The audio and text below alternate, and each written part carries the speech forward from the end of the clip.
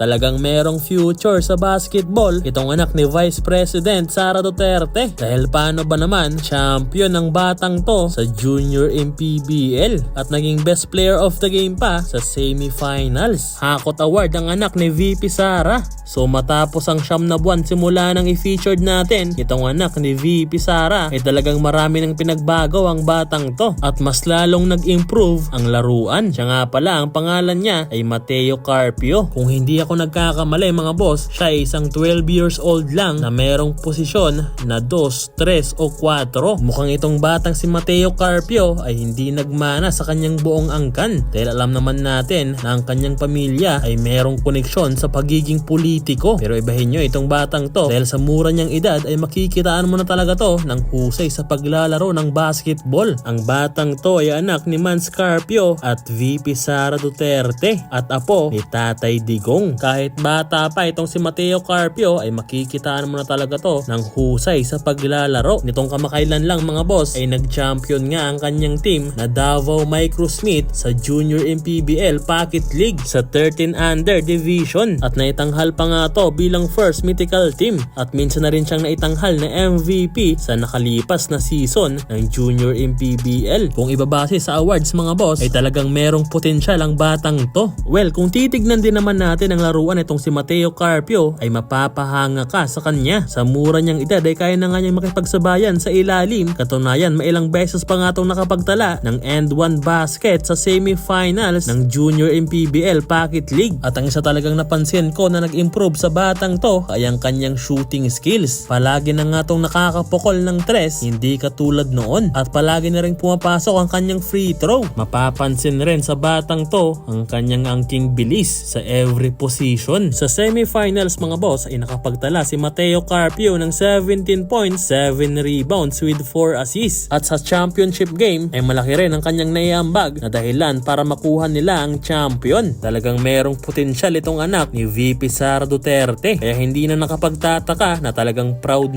at todo suporta ang ating bise sa kanyang anak. Anong masasabi nyo dito mga bossing? Garaga. And that is Smith. And basket in from Mateo Carpio. Micro Smith. And that's going to be a foul in a basket. And the second time.